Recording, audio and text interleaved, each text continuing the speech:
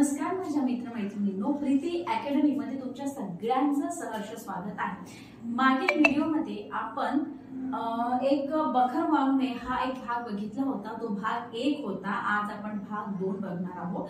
त्या या व्हिडिओमध्ये आपण काय बघणार आहोत तर या व्हिडिओमध्ये आपण जे 3 जे कालखंड आहे बखरीचे, जसं शिवकाल, शिवपूर्वकाल, शिवकाल आणि पेशवेकाल हे बघू। आणि त्याबरोबरच वेगवेगळ्या ज्या बखरी आहेत त्या बखरी, जसं सभासद बखर झाली, 91 कलमी बखर झाली, आणखी पण भरपूर आहे। तर त्या सगळ्या बखरी आहेत, त्या सगळ्या बखर म्हणजे कोण कोण कुठल्या कुठल्या काळात लिहिल्या गेल्या आणि कोण कोण त्याचा आहे ते लिहिणाऱ्यांचे लेखक वगैरे कोण आहे ते आपण सगळं आता या व्हिडिओमध्ये बघूया। चला तर मग व्हिडिओ स्टार्ट करूया। बघा, आता सुरुवातीला बखर लेखनाचे सर्वसाधारण 3 कालखंड पडतात। बखर लेखनाचे सर्वसाधारणपणे 3 कालखंड पडतात आणि ते कुठे मग तुमचं शिवपूर्वकाल, शिवकाल आणि पेशवेकाल असे 3 प्रकारचे कालखंड बखर लेखनाचे पडतात। आता बघा की शिवपूर्वकाल, आता ही बखर जे काही आहे ही कोणत्या कोणत्या काळामध्ये कशा कशा प्रकारे वावरली हे आपण बघू।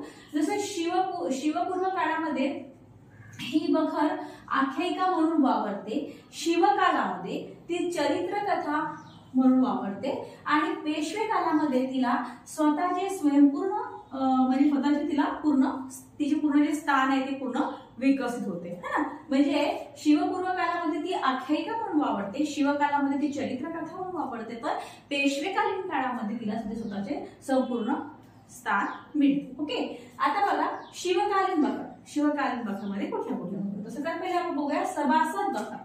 सभासद बखर बघा ही काय आहे की शिवाजी महाराजांवरील सर्वात जुनी बखर आहे।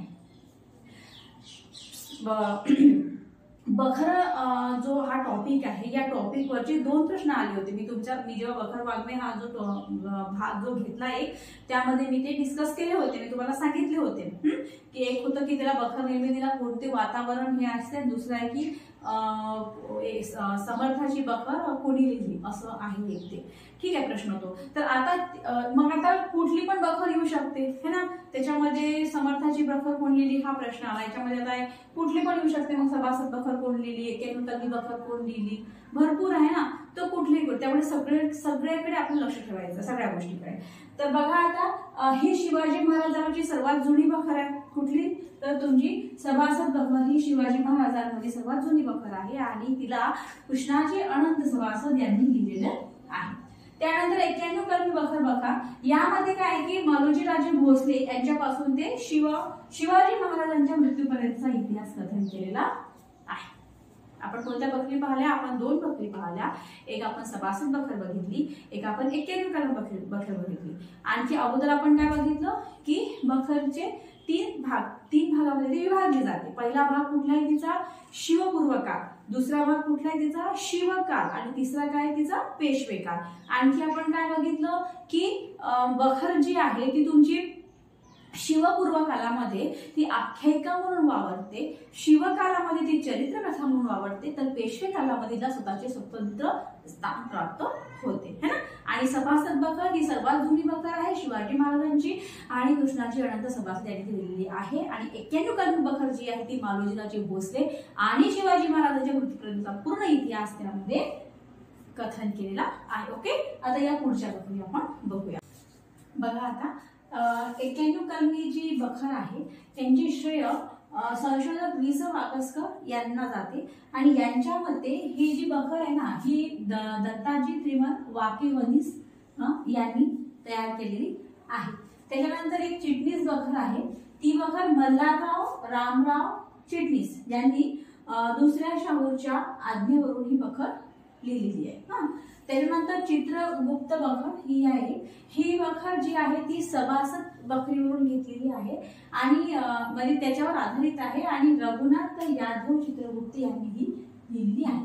पेशवेकालीन बखरी ज्या होता त्यामध्ये शाहू महाराजांचे दक्षिणेतील आगमन याविषयी माहिती आहे। हा आपला प्रश्न येऊ शकतो, ज्या प्रकारे एक प्रश्न आला होता आता की भाई समर्थाची बखर कोणी लिहिलेली आहे, समर्थाची बखर, तर ते हनुमंत स्वामी यांनी लिहिलेली आहे. त्याचप्रमाणे हे पण येऊ शकते की भाई पेशवेकालीन बखरमध्ये काय कशाविषयी माहिती आहे, तर शाहू महाराजांचे दक्षिणेतील आगमन याविषयी माहिती आहे. आणि शाहू महाराजांची जी बखर आहे तर या बखरीचा करता गोविंदराव खंडेराव चिटणीस आहे. आणि पानिपत बखर ही आहे तर ही रघुनाथ यादव यांनी पेशवा नानासाहेब यांच्या ज्या पत्नी होत्या गोपिकाबाई यांच्या आज्ञेवरून लिहिली आहे. ओके, एवढ्या बखरी आहे. आणखी पण आहे, आपण पुढे बघूया त्या. आता कुठल्या बघितल्या आपण, पहिल्यामध्ये बघितल्या आपण 91 कलमी बखर, यांची श्रेय संशोधक वि. स. वाकसकर यांना जाते. आणि त्यांच्या मते ही जी बखर आहे ती दत्ताजी त्रिमत वाकेवडीस यांनी तयार केली, हे लक्षात ठेवायचं. त्याच्यानंतर जी चिटणीस बखर पाहिली ती बखर मल्हारराव रामराव चिटणीस यांनी दुसऱ्या शाहूच्या आज्ञेवरून ही बखर लिहिली, हे लक्षात ठेवायचं. आणि चित्रगुप्त बखर ही सभासद बखरीवर आधारित आहे आणि ही बखर रघुनाथ यादव चित्रगुप्त यांनी लिहिलेली आहे. आणि पेशवेकालीन जी बखर आहे ते यामध्ये शाहू महाराजांचे जे दक्षिणेमध्ये आगमन जे झालं त्याविषयीची पूर्ण माहिती या पेशवेकालीन बखरीमध्ये दिलेली आहे. त्यानंतर शाहू महाराजांची बखर आहे, या बखरीचा करता गोविंदराव खंडेराव चिटणीस आहे. आणि मग पानिपत बखर आहे तर ही रघुनाथ यादव यांनी पेशवा नानासाहेब यांच्या पत्नी ज्या होत्या गोपिकाबाई यांच्या आज्ञेवरून लिहिली आहे. ओके, या पुढील बखरी आणखी बघूया. बघा आता हे एक शिव दिग्विजय बखर आहे. हे इतिहास संशोधक नंदुबारकर व दंडेकर यांनी संपादित केलेली आहे. तर आणखी आहे एक भाऊसाहेबांची बखर वगैरे आहे, आणखी पण भरपूर काही बखरी आहे, त्या पण आपण बघूया. ठीक आहे, तर सध्या तर आता आपण एवढ्याच बघितले आहे. बाई सभासद बखर आहे, 91 कलमी बखर आहे, पानिपतची बखर आहे, पेशवेकालीन बखर आहे. सध्या आपण एवढं या व्हिडिओमध्ये आपण एवढंच बघू. आणि नेक्स्ट व्हिडिओमध्ये आपण याचा जो उरलेल्या ज्या बखरी आहे त्या बखरीचा आपण अभ्यास करूया. ठीक आहे, मग आता आपण इथेच थांबूया. थँक्यू.